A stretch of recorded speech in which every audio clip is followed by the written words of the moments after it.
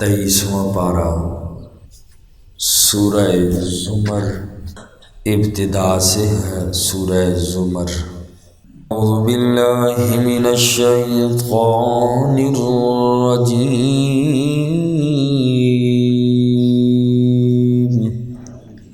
بسم اللہ الرحمن الرحیم۔ تنزیل الکتاب من اللہ العزیز الحکیم۔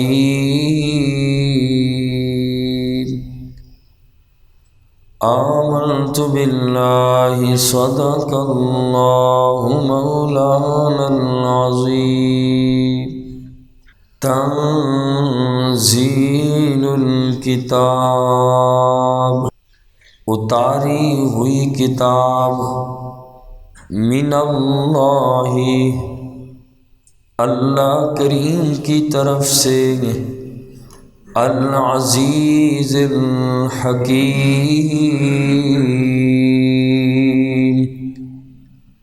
جو غالب بڑی ہی حکمت والا ہے۔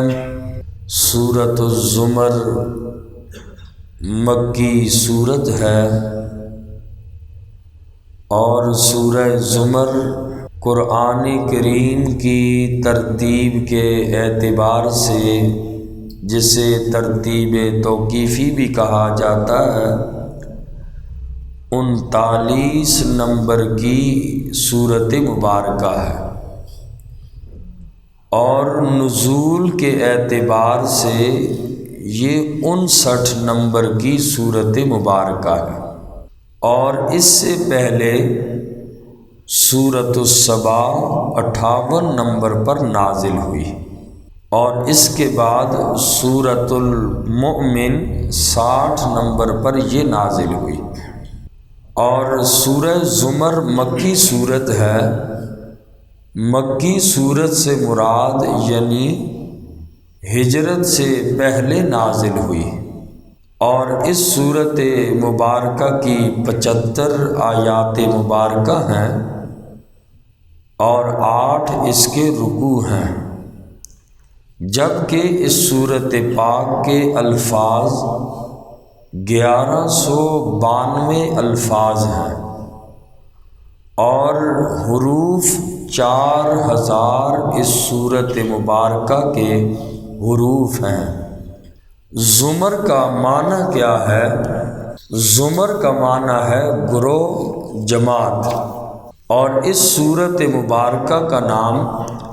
سورہ زمر رکھا گیا اس لیے کہ اس صورت مبارکہ کے آخر میں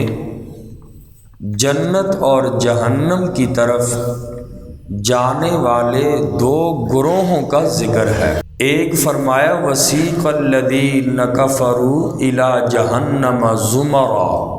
اور دوسری جگہ فرمایا وسیق الذین اتقوا ربهم الی الجنۃ زمرا، ہنکائے جائیں گے وہ لوگ جو اپنے رب سے ڈرے، جنت کی طرف ہنکائے جائیں گے، زمرا گروہ در گروہ۔ تو زمر کا معنی گروہ در گروہ۔ تو اس صورت مبارکہ کے آخر میں جنت اور جہنم میں جانے والے 2 گروہوں کا ذکر کیا،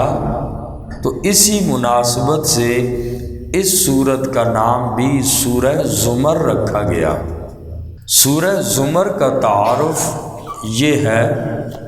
کہ یہ سورت مبارکہ مکی زندگی میں نبوت کے 6 یا 7ویں سال نازل ہوئی، اور اس موقع پر مشرکین نے مسلمانوں کو بہت تنگ کیا تھا،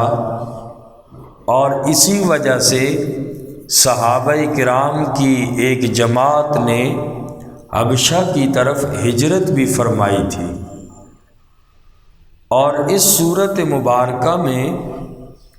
مشرکین مکہ کے باطل عقیدوں کی اللہ نے تردید فرمائی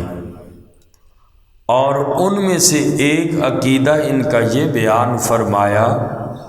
کہ یہ لوگ بتوں کی عبادت کرتے تھے، اللہ نے اس کی تردید فرمائی۔ اور دوسری بات یہ ذکر فرمائی کہ مکہ کے مشرک بتوں کو سفارشی کہتے تھے اپنا، کہ اللہ کے ہاں یہ ہماری سفارش کریں گے۔ اور بعض مشرکین نے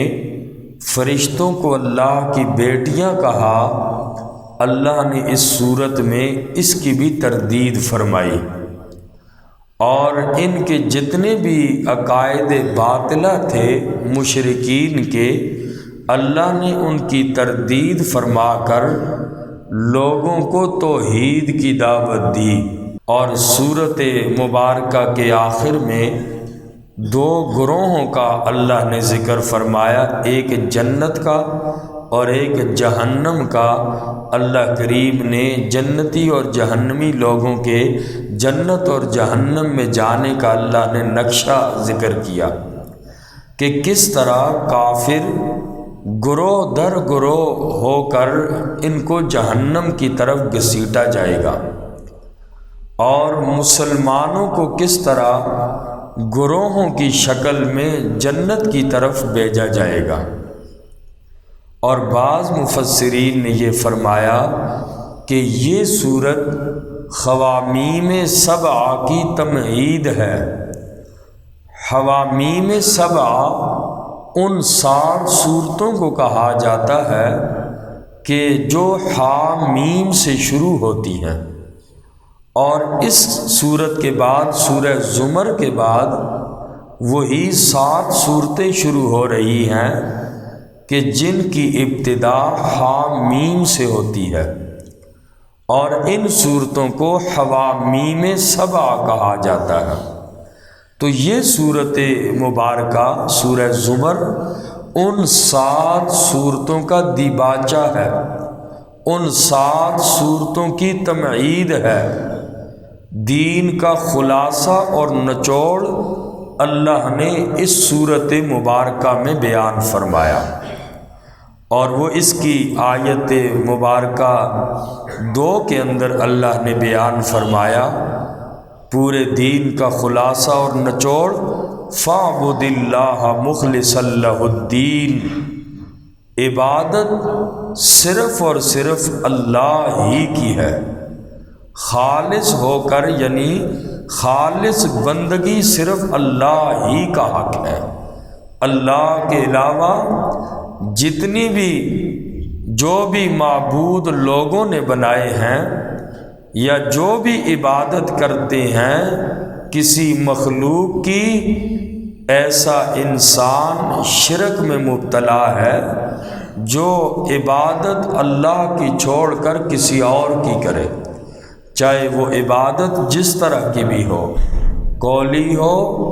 مالی ہو، بدنی عبادت ہو، عبادات کی ساری قسمیں یہ حق ہے اللہ کی ذات کا۔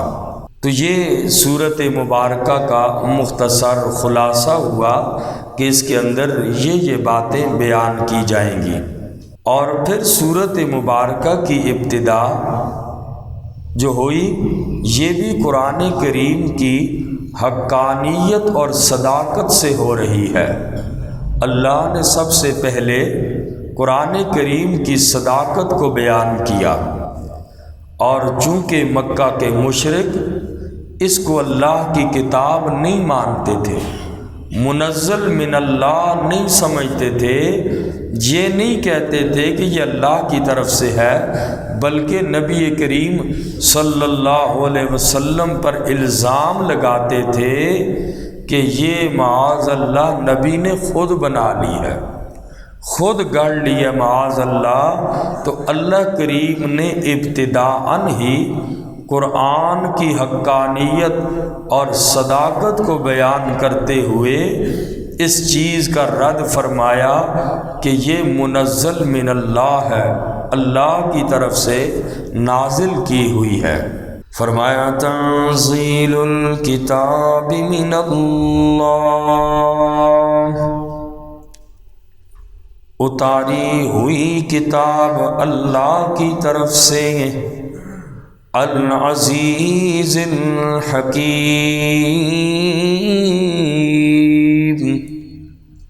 وہ اللہ کی ذات جو غالب ہے، بڑی حکمت والی ہے۔ اِنَّا انزلنا، بے شک ہم نے اتاری، الیک الکتاب، آپ کی طرف کتاب، بالحق، حق کے ساتھ، فاعبد اللہ، پس آپ عبادت کیجئے اللہ کریم کی، مخلصاً خالص کرتے ہوئے، لہ الدین،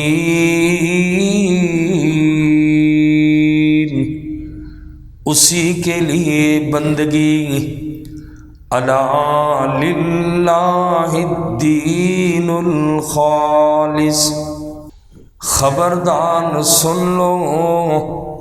للہ الدین الخالص، خالص بندگی اللہ ہی کا حق ہے۔ اس آیت مبارکہ میں دوسری جو آیت مبارکہ ہے، اس میں قرآن کریم کی غرض و غایت کو بیان کیا کہ قرآن کو کیوں نازل کیا، فاعبد اللہ، اس لیے نازل کیا کہ اطاعت اور بندگی صرف اللہ کا حق ہے، اللہ کے ساتھ عبادت میں کسی کو شریک نہ کرو۔ فاعبد اللہ مخلصا لہ الدین، آپ عبادت کیجئے،